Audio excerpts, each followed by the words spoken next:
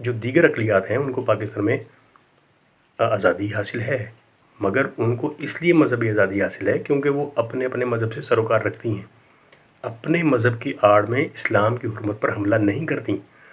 جبکہ قادیانیوں نے اسلامی نظریات اور اسلامی عقائد میں بدترین تبدیلیاں اور تحریف کر کے اپنا مذہب گھڑا ہے۔ میں ابھی قادیانیوں کی گستاخیوں کی مثالیں پیش کرنا نہیں چاہتا کیونکہ یہ بالکل ایک الگ موضوع ہے، دل بھی گوارا نہیں کرتا کہ ان کی گستاخیوں کی باتیں کی جائیں، لیکن اگر آپ دوست کہیں گے تو میں انشاءاللہ اس پر بھی ایک ویڈیو بنانے کی کوشش کروں گا تاکہ آپ کو اندازہ ہو سکے کہ وہ کتنے غلیظ اور قابل نفرت عقائد کے مالک ہیں جو کہ سراسر اسلامی شخصیات کی توہین پر ہی مشتمل ہیں۔ اب ایک بہت زیادہ اہم سوال یہ ہے کہ کیا کسی طرح پاکستان میں اقلیتوں کو قادیانیوں کو اقلیت قرار دیا جانا ممکن ہے؟ تو اس بارے میں پہلی بات یہ ذہن میں رکھنی چاہیے کہ جو قادیانی ہیں وہ کافر اور مرتد ہونے کے باوجود خود کو احمدی مسلم کہتے ہیں، یعنی وہ اپنے آپ کو غیر مسلم تسلیم نہیں کرتے بلکہ مسلمان ہی کہتے ہیں۔ اب اس بارے میں علماء کرام کا یہ کہنا ہے کہ کم از کم 2 کام ایسے ہیں جنہیں کر کے قادیانی اقلیت میں شامل ہو سکتے ہیں، اقلیتوں میں شامل ہو سکتے ہیں۔ پہلی بات تو یہ ہے کہ وہ اپنے آپ کو مسلم نہ کہیں بلکہ خود اپنے آپ کو غیر مسلم ڈکلیئر کر دیں، اور اصول بھی یہی ہے، پاکستان میں موجود ساری کی ساری اقلیات جو ہیں وہ خود کو غیر مسلم ہی کہتی ہیں، کوئی بھی خود کو مسلمان نہیں کہتی، اور یہ ممکن بھی نہیں ہے کہ کوئی پاکستان میں رہتے ہوئے خود کو مسلمان بھی کہے اور اقلیت بھی بن جائے، کیونکہ پاکستان میں رہتے ہوئے مسلمان اقلیت ہو ہی نہیں سکتا، یہاں اقلیت صرف غیر مسلم ہی ہو سکتا ہے، یا یوں کہیں کہ پاکستان میں مسلمان اقلیت نہیں ہیں بلکہ پاکستان میں مسلمان اکثریت ہیں، اور یہاں کی جو اقلیتیں ہیں وہ مسلمان نہیں ہیں بلکہ وہ غیر مسلم ہیں۔ تو پھر قادیانی بیک وقت مسلمان اور اقلیت کیسے ہو سکتے ہیں؟ یہ تو بات ہی ناممکن ہے۔ تو اس لیے بہرحال پہلا پوائنٹ یہ ہے کہ قادیانی خود کو غیر مسلم ڈکلیئر کریں، اور دوسرا پوائنٹ یہ ہے کہ قادیانی مسلمانوں والا جو کلمہ ہے وہ بھی اون نہ کریں بلکہ اپنا کوئی کلمہ تیار کر لیں، ایجاد کر لیں، گھڑ لیں، یعنی ایک تو نام استعمال نہ کریں اور دوسرا جو مسلمانوں والا کلمہ جو ہے وہ اون نہ کریں، یعنی نام کے علاوہ بھی اسلام کا تشخص استعمال نہ کریں۔ اس کی وجہ یہ ہے کہ وہ طرح طرح سے مکر کرتے ہیں، وہ لا الہ الا اللہ محمد رسول اللہ پڑھتے ہیں تو اسے کوئی اپنا اور ہمارا مشترک کلمہ سمجھ کے نہیں پڑھتے، وہ اسے ہمارا یعنی مسلمانوں کا کلمہ تو سمجھتے ہی نہیں ہیں بلکہ وہ اسے اپنا یعنی قادیانیوں کا کلمہ ہی سمجھتے ہیں،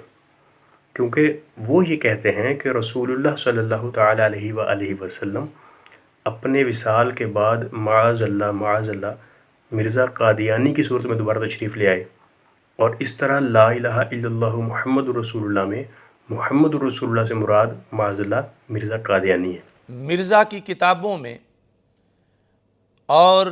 مرزا کے بیٹے کی جو تحریریں اس میں موجود ہے کہ جب ان سے کہا گیا کہ جب تم مرزا کو نبی مانتے ہو تو ہر نبی کا اپنا کلمہ ہوتا ہے، تو تم بھی کوئی اپنا کلمہ بناؤ، تو اس پہ واضح طور پر انہوں نے یہ کہا کہ ہم اپنا کلمہ تب بنائیں جب ہمارا کلمہ پہلے موجود نہ ہو۔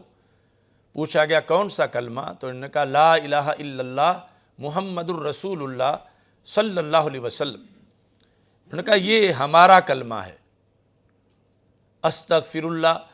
اس کا مطلب انہوں نے یہ بتایا کہ رسول پاک صلی اللہ علیہ وسلم جب دنیا سے تشریف لے گئے تو پھر معاذ اللہ ثم معاذ اللہ مرزا قادیانی کی شکل میں دنیا میں آئے،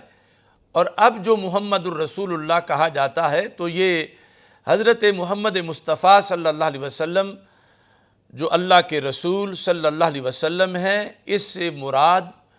بقول مرزا قادیانی اور اس کے بیٹے کے یہ ہے کہ یہاں اب محمد الرسول اللہ سے مراد سیدہ آمنہ رضی اللہ تعالی عنہا کے لخت جگر حضرت محمد مصطفیٰ صلی اللہ علیہ وسلم نہیں بلکہ مرزا قادیانی مراد ہے محمد الرسول اللہ سے۔ تو اس طرح جب تک یہ غلیظ ترین مذہب اسلام کا نام اور کلمہ وغیرہ نہیں چھوڑ دیتا تب تک اس کو اقلیت تسلیم کرنا ناممکن ہے۔ ہم خبریں سنیں تو آئے روز اس طرح کی خبریں سننے میں آتی ہیں کہ جعلی بوتلوں کی فیکٹری پر چھاپا مارا گیا اور مشہور برانڈ کی بوتلیں قبضے میں لے لی گئیں اور فیکٹری کے مالک کو گرفتار کر لیا گیا۔ ذرا سوچیں کہ آخر اس میں فیکٹری کے مالک کا جرم کیا ہوتا ہے؟ دیکھا جائے تو وہ فیکٹری میں بوتلیں ہی بناتا ہے اور جو اصل برانڈ ہے وہ بھی بوتلیں ہی بناتا ہے، تو پھر اس کا جرم کیا ہوتا ہے؟ اس کا جرم یہ ہوتا ہے کہ وہ کوکا کولا یا پیپسی وغیرہ کا نام استعمال کر کے اپنی بوتلیں بنا کے بیچتا ہے،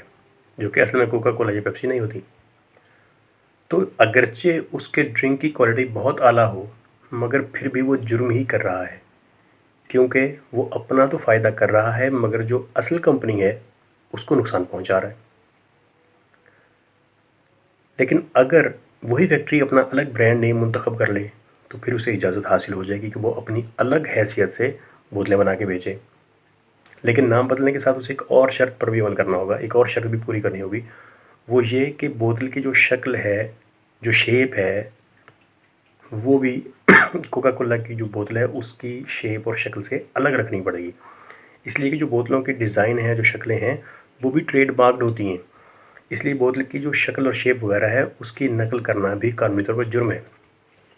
یہ تو ایک بات ہو گئی۔ اب ذرا یہ تصور کریں کہ اگر کوئی فیکٹری کوکا کولا کی اوریجنل بوتلیں استعمال کرے اور ان میں عام ڈرنک کی بجائے ناپاک اور زہریلا ڈرنک بھر کے بیچے تو یہ کیسا جرم ہوگا؟ یقیناً یہ پہلے جرم سے کہیں بڑھ کر بہت بڑا جرم ہوگا۔ کچھ ایسا ہی معاملہ قادیانیوں کے ساتھ ہے۔ قادیانی بھی مسلمان نہیں ہیں مگر اسلام کا نام اور تشخص استعمال کر کے جعلی اسلام پیش کر رہے ہیں، یعنی نام اسلام کا لیتے ہیں مگر حقیقت میں جو ان کا مذہب ہے وہ عقیدے کی گندگی اور عقیدے کے زہر پر مشتمل ہے۔ اس لیے جب تک وہ کم از کم یہ دو باتیں نہ چھوڑیں، یعنی اسلام کا نام نہ چھوڑیں اور کلمہ وغیرہ نہ چھوڑیں، تب تک ان کو اقلیت کے طور پر تسلیم کرنا ناممکن ہے۔ اور قادیانیوں کو ہمیشہ سے تکلیف اس بات پر ہے کہ پاکستان میں انہیں غیر مسلم کیوں کہا جاتا ہے، یعنی وہ خود کو مسلمان کہلوانا چاہتے ہیں۔ آپ کو یاد ہوگا کہ عبدالشکور نامی قادیانی جب جیل سے چھوٹا تو وہ امریکی صدر ٹرمپ کے پاس یہی شکایت کرنے تو گیا تھا کہ قادیانی کو پاکستان میں غیر مسلم کہا جاتا ہے۔ تو اگر قادیانی خود کو مسلمان ہی کہنا چاہتے ہیں اور مسلمان ہی کہلوانے پر تلے ہوئے ہیں تو وہ اقلیت کیسے بن سکتے ہیں؟ یعنی یہ کیسے ہو سکتا ہے کہ وہ خود کو مسلمان بھی کہیں اور کہلوائیں اور اقلیت ہونا یعنی غیر مسلم ہونا بھی قبول کر لیں؟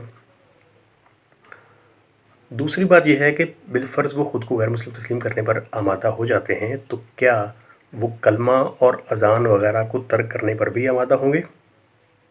اذان کا ذکر اس لیے کر رہا ہوں کیونکہ اس میں بھی اشہد ان محمد الرسول اللہ موجود ہے، اور اس بارے میں جو ان کا عقیدہ ہے میں پہلے ہی اس عقیدے کی خباثت کا ذکر کر چکا ہوں۔ اب میں کنکلوژن کی طرف آتا ہوں۔ بالفرض قادیانی یہ دونوں پوائنٹس مان لیتے ہیں اور اقلیتوں میں شامل ہو کر اقلیتوں والے حقوق حاصل کر لیتے ہیں، یعنی پاکستان میں مذہبی طور پر آزاد ہو جاتے ہیں، تو ایسی صورت میں وہ اپنے جن نظریات کا پرچار کیا کریں گے کیا وہ مسلمان گوارا کر لیں گے؟ یعنی میں یہ کہنا چاہتا ہوں کہ ان کی کتب کے اندر اور ان کے عقائد میں اللہ تعالیٰ، رسول اللہ صلی اللہ علیہ وسلم، صحابہ کرام اور اہل بیت وغیرہ کی شان میں جو کھلم کھلا گستاخیاں موجود ہیں، کیا ان گستاخیوں کے آزادی مسلمان برداشت کر لیں گے؟ تو یقیناً ایسا نہیں ہو سکتا۔ اب دوسرے پہلو سے سوچیں کہ مرزا قادیانی کی وہ تمام کتابیں جن میں اسلام کی مقدس ہستیوں کی گستاخیاں لکھی ہوئی موجود ہیں، کیا قادیانی ان تمام کتابوں کو ڈس اون کر کے ان میں لکھے ہوئے جو گندے عقیدے اور گستاخانہ عبارات ہیں ان سے توبہ کر لیں گے؟ اللہ تعالیٰ چاہے تو یقیناً ان کی اس طرف مائل کر سکتا ہے، لیکن بظاہر یہ سب اس لیے مشکل لگتا ہے کہ جو قادیانی اپنے مرزا قادیانی کو نبی مانتے ہیں وہ اس کی ان غلیظ اور گھٹیا کتابوں کو کیسے چھوڑ سکتے ہیں؟ کیونکہ وہ تو ان کتابوں کا بہت احترام کرتے ہیں۔ اس لیے جو قادیانیوں کی مذہبی آزادی ہے وہ ان کتابوں کی موجودگی میں روز روز کے فسادات کا باعث بن سکتی ہے۔ اس لیے جس پہلو سے بھی دیکھیں اس بات کے امکانات نظر نہیں آتے کہ قادیانی کبھی بھی متفقہ طور پر اقلیت قرار پا سکیں گے۔ قادیانیوں کو بھی اس بات کا اندازہ ہوگا، اسی لیے قادیانی اور ان کے حمایتی سیاسی قوتوں کو استعمال کرتے ہوئے ختم نبوت یا قادیانیت کے متعلق جو پاکستان میں قوانین موجود ہیں ان میں رد و بدل کی کوششوں میں لگے رہتے ہیں، کیونکہ غالباً ان کے لیے یہی ایک آسان راستہ ہے جس سے وہ مذہبی آزادی حاصل کر سکتے ہیں۔ مگر انشاءاللہ غیرت مند مسلمانوں کی موجودگی میں قادیانیوں کو پاکستان میں کسی قسم کا مذہبی فائدہ نہیں پہنچایا جا سکتا۔ کسی بھی انداز میں ختم نبوت پر حملہ ہوا یا قادیانیوں کو ملک میں آزادی دینے کی کوشش کی گئی تو ہمیں حضور صلی اللہ تعالیٰ علیہ وآلہ وسلم کے غلام ہونے کی حیثیت سے اپنا فرض ادا کرنا ہوگا۔ یہ بات ہم سب کو یاد رکھنی چاہیے کہ ہم نے کلمہ رسول اللہ صلی اللہ تعالیٰ علیہ وسلم کا پڑھا ہے، ہم نے آج کے کسی سیاسی لیڈر کا کلمہ نہیں پڑھا، اور یہ بھی یاد رکھیں کہ نہ ہی قبر میں کسی سیاستدان کے متعلق سوال ہوگا اور نہ ہی قیامت کے روز آج کے جو سیاستدان ہیں یہ ہماری شفاعت کرنے کے لیے آئیں گے۔ اس لیے سید عالم صلی اللہ تعالیٰ علیہ وسلم سے ہی وفاداری کریں کہ جن کا ہم نے کلمہ بھی پڑھا ہے، جن کے متعلق ہم سے قبر میں بھی پوچھا جائے گا، اور بروز حشر بھی انشاءاللہ انہی کی شفاعت سے ہمیں بخشش نصیب ہوگی۔ اللہ تعالیٰ پوری امت کو غیرت ایمانی عطا فرمائے۔